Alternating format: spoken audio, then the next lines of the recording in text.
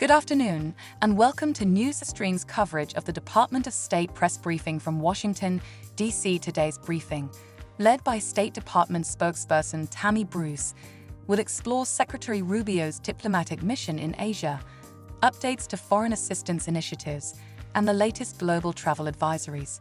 Stay tuned, you heard it first here on NewsXstream. And now, over to the official briefing. Hi, everyone. Last night, that storm, that was pretty outrageous, but glad we made it. Thank you all very much for being here. Popular today in the back. Hi, everyone. Hi, everyone at home. So yes, we have a few announcements, as you might imagine, and then I'll be ready to take your questions. So good afternoon, everyone. Secretary Rubio is in Kuala Lumpur for the ASEAN-related foreign ministers' meetings and bilateral engagements, reaffirming the United States' commitment, our enduring commitment, if I may add, to a free, open, and secure Indo-Pacific.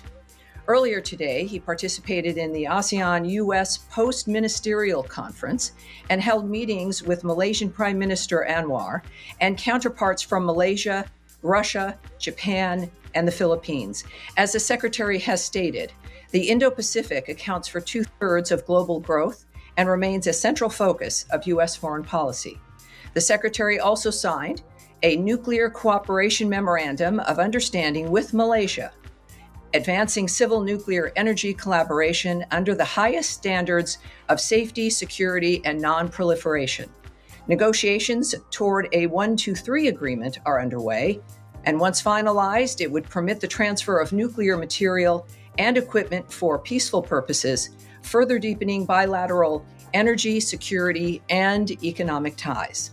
Tomorrow also marks the 4th anniversary of the Cuban regime's July 11th crackdown.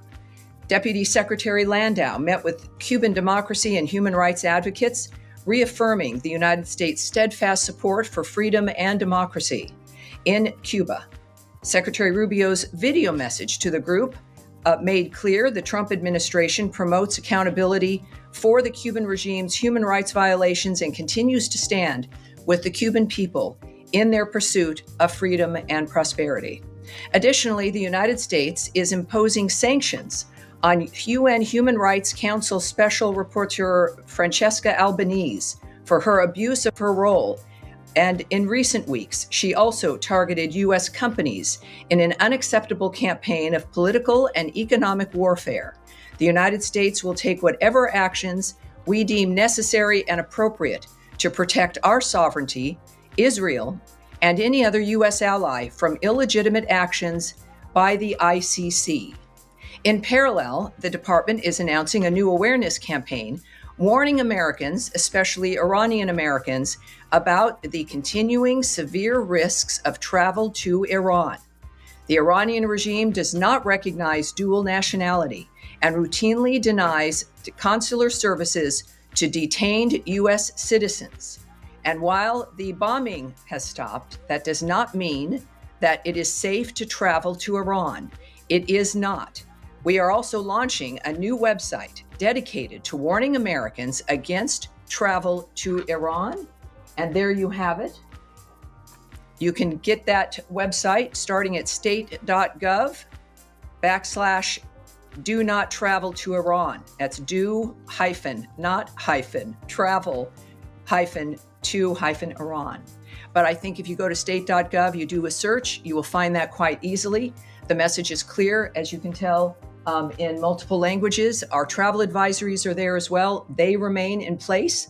And we cannot stress enough, as we continue to do, as I have multiple times from this podium, do not travel to Iran, especially those of you who are the dual citizens, who have Iranian heritage. It is not safe for anyone to travel to Iran. And again, this supplements also the existing travel advisories. It does not supplant them at travel.state.gov. Our message is clear. I think so. And finally, as many of you would know, the department is also undertaking a historic reorganization. as announced by Secretary Rubio on April 22nd, to better align workforce activities and programs with the America First foreign policy priorities. The Supreme Court's recent near unanimous decision allows the reorganization to commence and will ensure that the department moves at the speed of relevancy and restores the department to its roots of results-driven democracy. The plan, which has been approved by the Secretary and developed with extensive feedback from Congress and the workforce itself, is moving into implementation. I do also want to make a note here, as my experience at the State Department now moves into its 6th month, the remarkable experience, the life-changing experience I've had getting to know the people who work in this building. There are tens of thousands of them, and they are at the heart, whether they be political appointees, foreign service officers, or career individuals, people who have made their career, their service for this country, something that has been a part of their lives for a long time. It has been a remarkable experience to see how this building works, how the people work together moving forward to promote and to implement American foreign policy through the commitment and their patriotism. I have to say that in the midst of all of this, it's been, again, very transparent. I've been proud of that coming from the leadership of this building, as we've discussed this many times. And now this is the point where it begins. And all of us understand, and it's sometimes difficult, as any enterprise in America has learned, that when change is necessary. But in this case, we've inherited a dynamic that needed reform, and we are taking and implementing reform. And of course, in the midst of this, know that the people who've committed to the State Department and to diplomacy, that they know also this is not about them. This is about making sure that the State Department is able to operate in a manner that makes it relevant and effective. That is what the American people want. It's what all of us want. And in this dynamic, that's exactly what we're achieving. So it is. It's been a long road. Every day is one that I'm very proud of working here. And of course, every briefing I'm proud of. It's always very different, the briefings. But we will start now with today's briefing as I take your questions. All right. Andrea Mitchell. Yes, ma'am. Well, before I ask you about Ukraine and the possibility of sanctions and strong support from this department for sanctions, given what the president said about his impatience with Vladimir Putin after the secretary's conversations with Sergei Lavrov. Yes. Let me just say that for the workforce, for those who are going to be leaving foreign service as well as civil service, many of whom I and my colleagues have worked with for many, many years, if not decades, to be told that, as you just said, you're going to make it relevant and effective. You're basically saying that they are not relevant or effective. I'm glad you because thousands of people are going to be losing their jobs. I think that is, Andrea, it's the antithesis of what I've said. That this is not a matter of the individual being targeted or an individual not being right. This is about being able to be effective due to the size of the organization and to the structure of the organization. This involves, as you all receive material and a new org chart and all these other kinds of wonky things, that this is about an entity that has grown unsustainable over the years with elements related to the Cold War and other elements that we have moved beyond, but still stayed. An aspect that you have a size and people working on things that are not within the framework of the modern age or of what we want to accomplish. And certainly the decision that the American people made last year, that Donald Trump's vision about what the world should be in the context of how America can be great again and what we can contribute as Americans, that when something is too large to operate, too bureaucratic to actually function and to deliver projects or action, it has to change. And it's not the fault of the people who were misled effectively by certain administrations that grew this department into being irrelevant. We must be able to contribute to a world that we've seen in the modern age can destroy everyone's lives. Our department, the State Department, can make the difference with diplomacy. And Donald Trump is the highlight of that. So I will repeat, as I said, This is not a statement about the individuals who are affected in this building. It is a statement about a structure that needs to adapt, that must be smaller in order for us to be relevant, but even more than relevant, effective, quick. We've seen, even just in these past 5 months, how quickly things can change and what can happen when you move at the speed of relevancy. So no, I would, and it's unfortunate, Andrea, that you would take that point and move that point, because nothing could be further from the truth. And it's exciting for the people who are here and the people who've committed their years to the State Department to be able to watch it become even more powerful through diplomacy and making the world safer again and better again and healthier again. They can be proud of that because they've contributed to that, and we're determined to make sure we continue it as well. All right. Well, Yeah. Well, am I able to ask my you have a question about? Yes. I have a ahead. question about the importance of sanctions right now at this pivotal moment for Ukraine, given the president's stated impatience with what he saw as misleading understandings, Of course, from the Russian president. Well, the secretary made some comments earlier today in Malaysia. And in part, he said, our strategy is to continue to engage all the parties that are involved in finding an outcome to this conflict. I echoed to Lavrov what the president said, both the disappointment and frustration at the lack of progress in peace talks or in a path forward. We hope that that can change, and we're going to stay involved where we see opportunities to make a difference. He also said that the Russians shared some ideas that he said he would take back to the president. And of course, we will see what he says. The president is the guiding hand of these kinds of decisions. And other than that, of course, this is a meeting involved with diplomatic discussions, which I will not get into the details with. All right, Humaira. Hi, Tammy. Thank you. Sure. Just to quickly go back to the reorganization, you said it's moving into the implementation phase. Can you say when the first RIF notices will go out? Is it tomorrow? And apparently the judge wanted to see the RIF plans. That was a demand from the court yesterday. Is that going to slow down the sending of the RIF notices? First, of course, I won't comment on anything that's moving through the legal system or the requests of the legal system. And also, I will not, other than saying that the Supreme Court decision has allowed us to commence. And that's what we're doing. But I think it's fair to say that with everything else that happens here, it will happen quickly. This is not going to be an extended wait for people who are listening and watching in this building, or fellow Americans at home and around the world. This will happen quickly. We understand that there has been a delay, not to our interests, but because of the courts. It's been difficult when you need to get something done for the benefit of everyone. So it will be quickly. I cannot give you the timing, and again, won't discuss any legal aspects that may have arisen as well. Okay, two quick things. Yes, one ma'am. is on Russia, and the other one is about Steve Witkoff. Follow up to Andrea's question. Are you able to tell us at all about this? What's new about these ideas or comments that is going to open a path for peace, which the administration has been trying to do? Well, what the secretary said was that he would bring the new ideas to the president. We didn't say that they were going to open a path for peace. So don't read into Isn't the that nature. what you guys are trying to do? And that is in the process of the diplomacy that the secretary undertakes, that he's in a conversation with Lavrov as an example, conversations the president would have with Zelensky, the president of Ukraine as an example. These are things that are important to realize. They're not static events that stand on their own. They are part of a fluid dynamic of conversations and negotiations.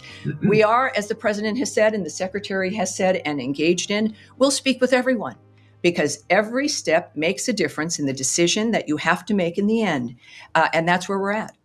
The final thing is an Israeli airstrike hit Palestinians near a medical center in Gaza today. It killed 10 children and 6 adults. I'm wondering if there's been any outreach from the U.S. government to the Israeli authorities to take any steps to ensure civilians aren't killed in this. Well, I can't speak to that particular event. I would direct you to the country of Israel for answers in that regard. But we have said repeatedly that we decry the death of innocents. It's why we do what we do in so many countries around the world. It's part of what informs our action. And at the same time, we know that it's a war, and we stand by Israel, to say the least. And we also know that Israel, when it is due, investigates, and we will wait to see what their action will be, and we'll keep you up to date, obviously. Yes, Jen. Can I follow up on that, Tammy? Sure. There used to be mechanisms in this building to look into incidents of civilian harm using U.S. weapons. Do those mechanisms still exist? And have you come to any conclusions with regard to Gaza? Well, I can tell you again that the choices that we're going to make diplomatically in reaction to another country's actions or the nature of what's happening around the world, I won't discuss at this podium, or what our process is. But I can tell you that what I've experienced, and I think what all of you have seen over the years, is that we have mechanisms like that because we care about those issues. We have a constant communication with our allies around the world, and that is also something that we see benefiting the agenda of the president and the work of the Secretary of State. So clearly, we care about these issues. We're acting on them actively every day, and that will be one. Obviously, I can update you on that, I'm sure, as we move forward. And then quickly on GHF, my colleagues and I reported that there were a number of internal concerns about funding GHF that were raised prior to the approval. Can you say whether the Secretary was aware of those concerns and why that approval was granted despite these? I know we've had that conversation before. First of all, I can give you an update. There's now 69 million meals that have been distributed to date at 4 distribution centers, all while preventing Hamas looting, which is, of course, an incredible feat. It should be commended and supported. I think most of us do. We also call on other aid agencies and the UN to participate in this system. It has been implemented and it works. And of course, this is part of the creative solutions that the president has asked for regarding that region. When it comes to the activity that is happening, or allegations that are made, or the framework of what we're trying to achieve, I think that we're looking at a dynamic where it is a war zone. It's the same issues that we've been discussing about the task of getting humanitarian aid to people who need it. The world has clamored for this, and it's happening. And I think at this point, when we look at the nature of the number of meals that have been delivered and the efforts that have to be taken to save those lives, it is to be commended. It's not, certainly nothing will be perfect. I've said this before, that it can't be perfect because it is an unnatural, obscene environment. And for people looking for perfection in a war zone like that, being terrorized by terrorists, to demand perfection or a new normal of this environment is unacceptable. Nothing will be enough. And so that's why we've got to have a solution and an end, a durable ceasefire and a durable peace, because otherwise the suffering and the carnage continues, and that's what we're working to end. All right. Yes, Alex. Thank you, Natasha. I want to go back to Ukraine, press you a little bit more, if I may. You said the Secretary will inform the President about the new ideas. At what point do you guys are planning to inform the Ukrainians? I'm sorry, what are we? The Ukrainians, they are in a talk. So are you going to obviously, I'm not going to speak about every conversation or connection we have with partners that we're working with every day, all the time. The communications don't just happen when you hear about it in the news or if there's one phone call that's talked about. These are in every region that is required special envoys and discussions and help regarding the ceasefires, or at least finding where you can find some common ground, is a 24/7 operation with innumerable people working on it. So when it comes to the Ukrainians, our friends, President Zelensky had a fabulous phone call with President Trump. That was discussed somewhat publicly. Certainly when it comes to the issue of armaments and defensive weapons, essentially, that was discussed publicly. And of course, we have news in that regard. So you might not hear it in the news. It doesn't mean that we're not talking quite often, if not all the time, with our Ukrainian friends. Thank you. And going back to Andrea's point earlier, we all heard just 2 days ago from the president that he expressed his frustration of Putin, saying that he was lying to him. Mm-hmm. And then we also have seen past few days, Russians have been engaging in record-breaking attacks, Kiev and other cities. Why do you think Lavrov deserves a secretary-level meeting, given all this background? Well, again, a lot of people didn't think Putin should be talked with at all during the last administration. He wasn't talked to for 3 years. that's not a way that you can come to some kind of understanding or agreement or an effort to stop any carnage and the suffering. You've got to talk to everyone at any point when it comes to those who are involved in the situation, to say nothing of the leverage that we have with the ideas and the power of President Trump, and clearly the effectiveness of Secretary Rubio in the midst of this. At the same time, the escalating Russian attacks, the president's been clear, they're abhorrent. I can say to you here that we strongly condemn Russia's escalating attacks on Ukraine and extend our deepest condolences to the victims and families of those killed. Every week, we see reports of Russia setting new records for the scale of its aerial attacks. Every nation wants to have records, but not that kind.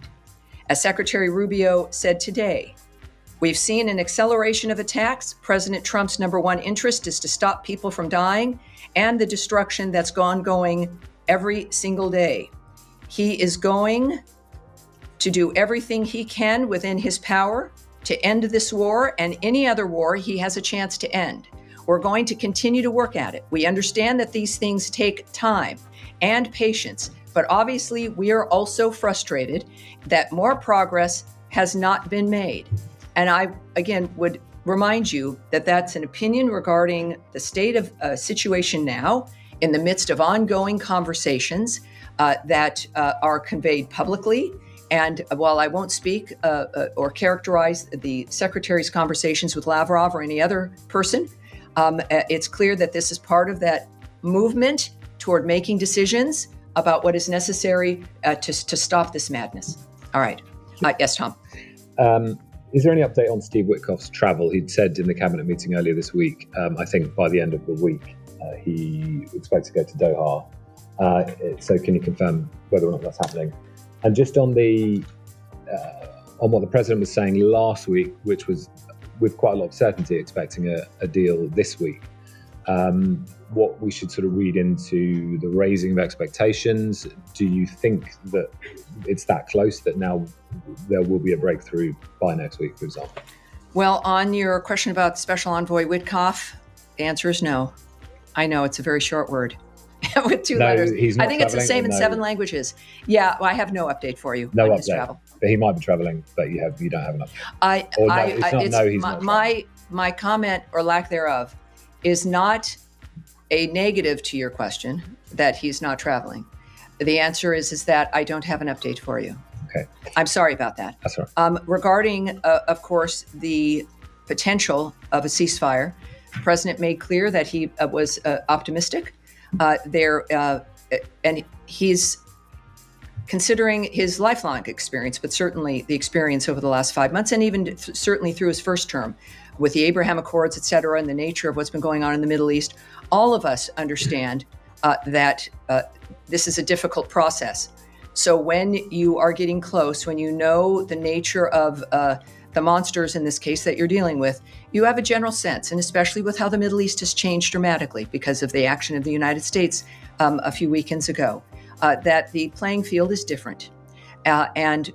So his optimism is based on the multitude of things that he knows that I don't. I think that we should maintain the awareness of his opinion and the optimism that he has. He doesn't say it very often, so when he does, we need to take it seriously. But we do know that, of course, once again, this is an active zone, and we've got the best people working on it, and that's what we pledge to the United States. Can I just come back with one other issue, which is about the town of Taipei in the West Bank, in which there are around 300 US citizens, a Christian town. The priest there said that it's come under sustained settler attack. There was an arson attack on one of the holy sites at the beginning of this week, and they feared that the church there could have caught fire. It was extinguished. Is there, and I have contacted the Jerusalem embassy, but has there been any outreach from the US embassy to the town? Is there any support for the US citizens there? Well, I can't comment on the actions we've taken, even if they're phone calls. What I do want to note, of course, is the decrying we have made of civilians, innocent people being hurt in this process. We also, so obviously we're concerned when we hear about anyone being targeted, let alone Christians in this case, that the president has made it clear his feelings on that issue writ large. And it's difficult. All of this, it's war. It's war manifesting in very different contexts within that region, but also other places around the world. President Trump has long established, and I know Secretary Rubio concurs, that protecting Christians is a priority, as seen through his executive order against anti-Christian bias. We do condemn, so there's no confusion, criminal violence by any party in the West Bank and support actions to ensure all civilians, including Christian civilians, remain safe. In the meantime, though, also we would refer you to the government of Israel regarding security incidents and the IDF posture in the West Bank in this regard. All right. Yes.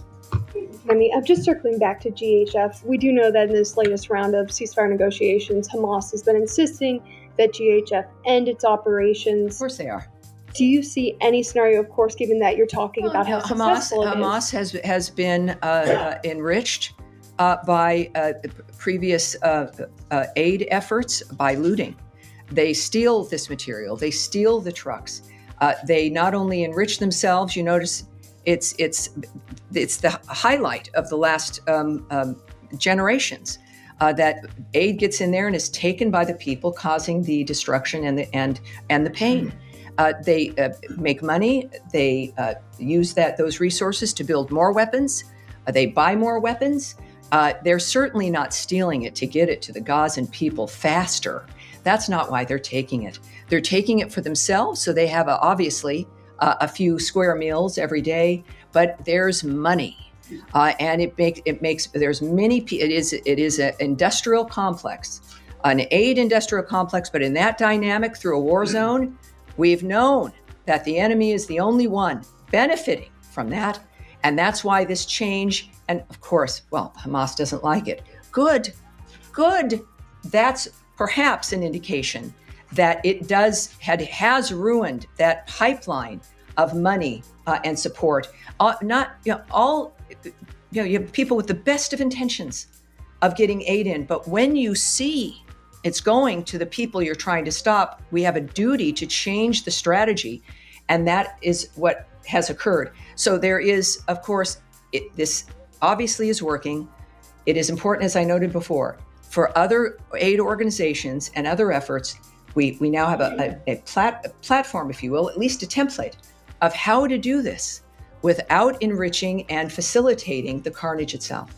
So given your answer there, is it safe to say that the U.S. and Israel see it as imperative that GHF be allowed to continue operating in Gaza under the terms of any ceasefire agreement?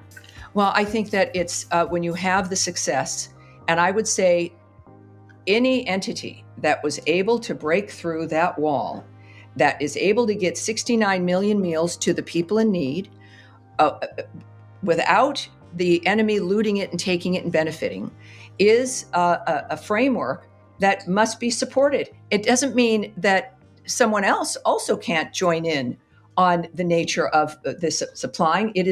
That's, I think, what the difference is. We've finally seen a new idea that works. So separate from the entity that's doing it, right now there's one, because everyone else said don't, or we don't support you, or you can't do it, or yes, we want aid to go in, but not by those guys. It is now undeniable. This is the format that works. And others, now it's an open dynamic of what it is that's making it work. Others should implement it. Others should come in. There is no excuse to stand on the sidelines, either because of envy or because of a political consideration, because all of this transcends those things. It's about feeding people, feeding those children. And this is a dynamic, obviously, that works, and we hope will continue to work. Saeed. Thank you, Tammy.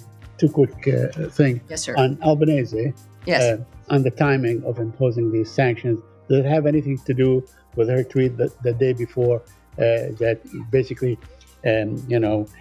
slamming Greece, France, and Italy for allowing Netanyahu's plane over their airspace? when they are No. signatories to the Rome protocol. I mean, she's Yeah. talking about technical things. Did that have anything to do with No, it? this has been, and it's a And then good I have question another because it Bank. highlights that this is not an action based on one action or one thing. This has been a long-term issue. And what I will say to you is today, and just more details, the United States is imposing sanctions on UN Human Rights Council Special Rapporteur Francesca Albanese for her abuse of that role to directly engage in ICC actions against Israeli officials. In recent weeks, she has also targeted U.S. companies in an unacceptable campaign of political and economic warfare. As the President's Executive Order, EO 14203, makes clear, the ICC's actions set a dangerous precedent for lawfare that endangers our national security and foreign policy and infringes on the sovereignty of the United States. The President declared a national emergency under the EO that emphasizes, quote, the United States will impose tangible and significant consequences on those responsible for the ICC's transgressions, which would include blocking of property and visa restrictions.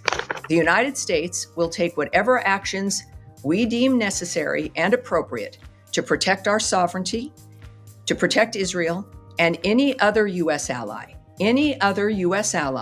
from illegitimate actions by the ICC. That's why that occurred.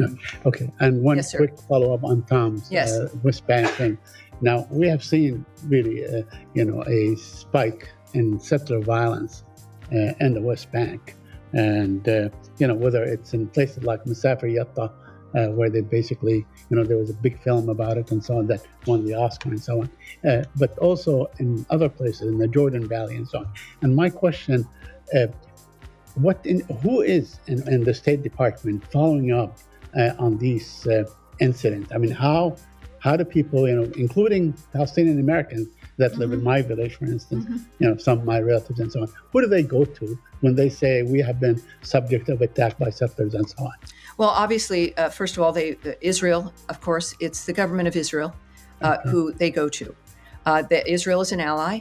But when you say who in this building works on this, I'm going to answer that. Yeah, okay. This is, and I've said this before, a lot of people don't know how the State Department works. It's not a bunch of people in suites, typing things down. Some people are. I do that sometimes, but I don't have a suite.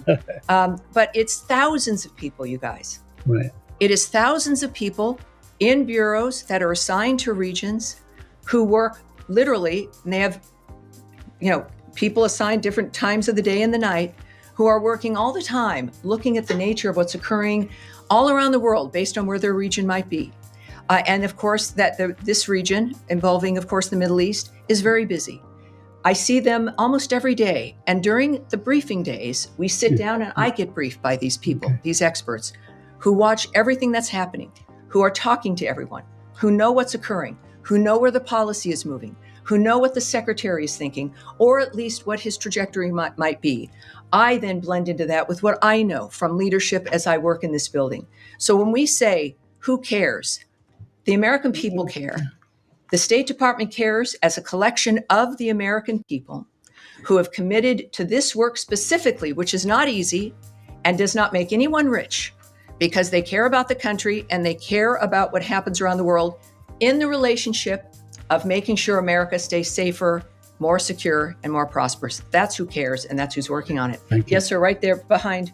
Okay, so, Yes, sir. Thank you so much, Sam. Just a follow-up on Saeed's question as well. Is the Office of the U.S. Security Coordinator in Jerusalem still working under General Michael Flynn, I believe?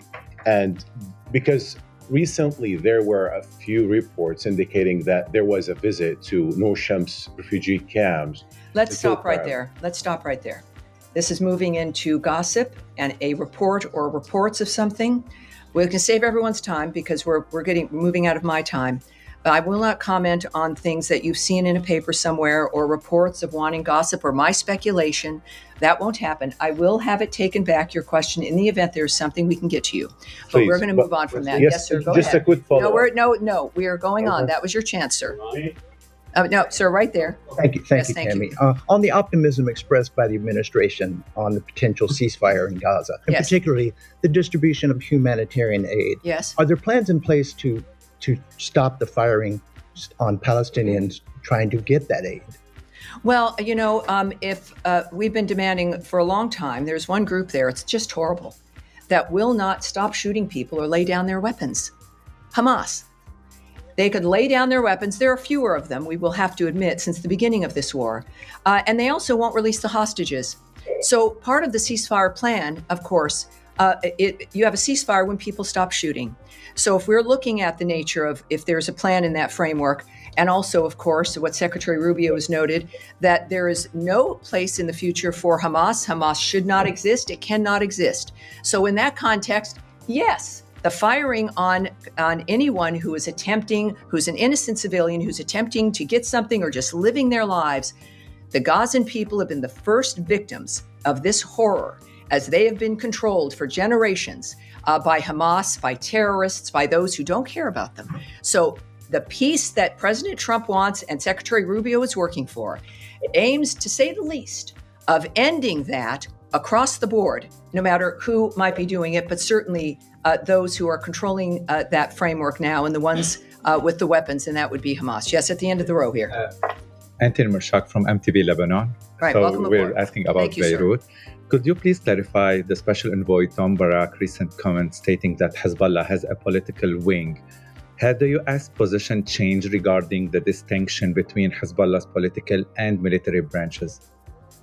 I have a few things I can say to you. First of all, our position has not changed. Hezbollah is a designated terrorist organization, and we do not distinguish between its political or armed wings. As Ambassador Barak said while in Beirut, Lebanon must utilize this moment to make progress, and that includes progress on disarming Hezbollah. And at the same time, Ambassador Barak, he's the ambassador to Turkey, as well as, of course, our special envoy for Syria.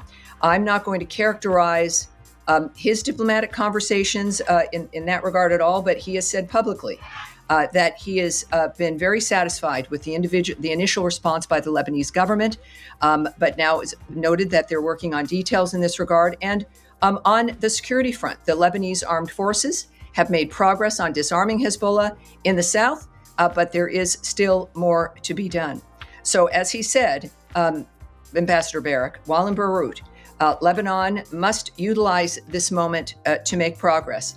And we do not want to see Hezbollah or any other terrorist group in Lebanon recover their ability to commit violence and threaten the security in Lebanon or in Israel. And I will take one more. You, sir, in the white shirt.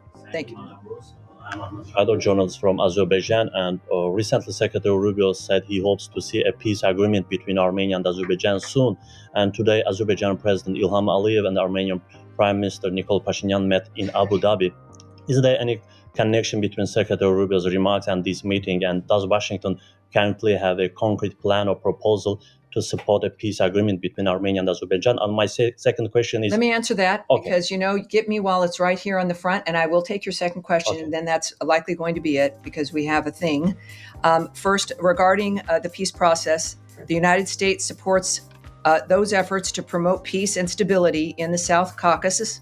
We also are tracking the referenced press reports in general, and don't have any additional information to share. But as you know, also, I think the Trump administration and Secretary Rubio's approach speaks for itself.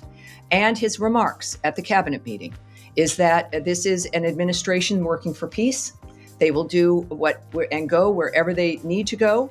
It is not waned. It is because it is the core of the commitment to making America great again, is improving, of course, the condition of the world around us. And your second question. And my second question is, for several months now, there has been no U.S. ambassador appointed to Azerbaijan. Could you please clarify if this delay is due to procedural and technical reasons, or if there are any political consideration behind it? And how does the U.S. government view the importance of having a full ambassadorial presence in Baku at this time? Very, very good question. I don't have the answer to that right now, but we will take it back and get it back to you in the Thank full you so much. context in which you answered it.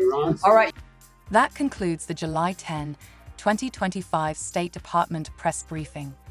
Thank you for tuning in to NewsXstream.